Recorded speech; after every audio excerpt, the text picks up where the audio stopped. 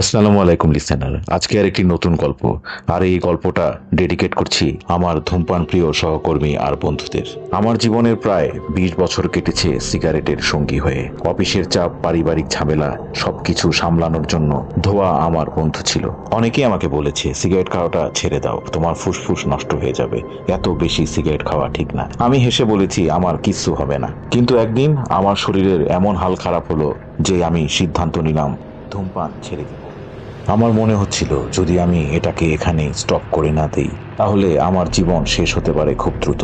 কিন্তু আমি বুঝতে পারছিলাম না ধোয়ার খেলাটা এত জটিল হবে। অগাস্টের 1 তারিখ, প্রথম রাত। আমার ঘুম উড়ে গেল, বুকের মধ্যে যেন আগুন জ্বলছিল। ভাবলাম হয়তো মরে যাব। মাথা ভারী, শরীর দুর্বল। বন্ধুরা ফোন দিল, এক টান দে দোস্ত, একটু স্বস্তি পাইতি। কিন্তু আমি জানতাম একবার হাত দিলে আর ছাড়তে পারবো না। পরের দিনগুলোতে গায়ে ঘাম আর অজানা যন্ত্রণায় ভুগছিলাম। হাত পা কাঁপছিল বারবার, মনে হচ্ছিল আমি আর বাঁচবো না। এমনকি প্রতিটা রাতে আমি দুঃস্বপ্ন দেখছিলাম। আমার হাত ফাঁকা, কোনো সিগারেট নাই, অক্সিজেনের অভাব, এমন এক দুনিয়ায় হারিয়ে যাচ্ছিলাম। কিন্তু আমার মনের ভেতর একটা আওয়াজ গুনগুন করছিল, আমি হারবো না। দুপুরে হাঁটতে বের হলাম। শ্বাস নিতে কষ্ট হলেও বাতাসের গন্ধ পেলাম। মনে হলো জীবন ফিরে আসছে। দিন এগিয়ে গেল, কাশি কমতে লাগলো, হাঁটা সহজ হলো।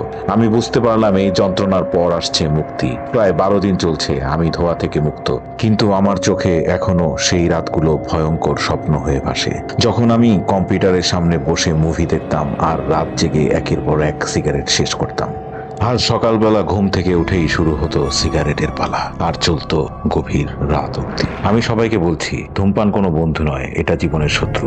একবার এই জালে আটকালে বের হওয়া কঠিন। ছাড়ার পথে শুধুই যন্ত্রণা, যেটা আমি এখনো ভোগ করছি। আমি জানি না সামনে আর আমাকে কি কি যন্ত্রণা ভোগ করতে হবে, আর ধূমপান ছাড়ার পর কি ধরনের যন্ত্রণার সম্মুখীন হতে হয় তা আমি এই ভিডিওর ডিসক্রিপশনে দিয়ে দিব, আপনারা চাইলে দেখে নিতে পারবেন। সো বন্ধুরা, এই গল্পটা আমার, আর এটা আপনারও হতে পারে। আজকের গল্প এখানে শেষ করছি। পরবর্তী গল্প শোনার জন্য আমন্ত্রণ রইল।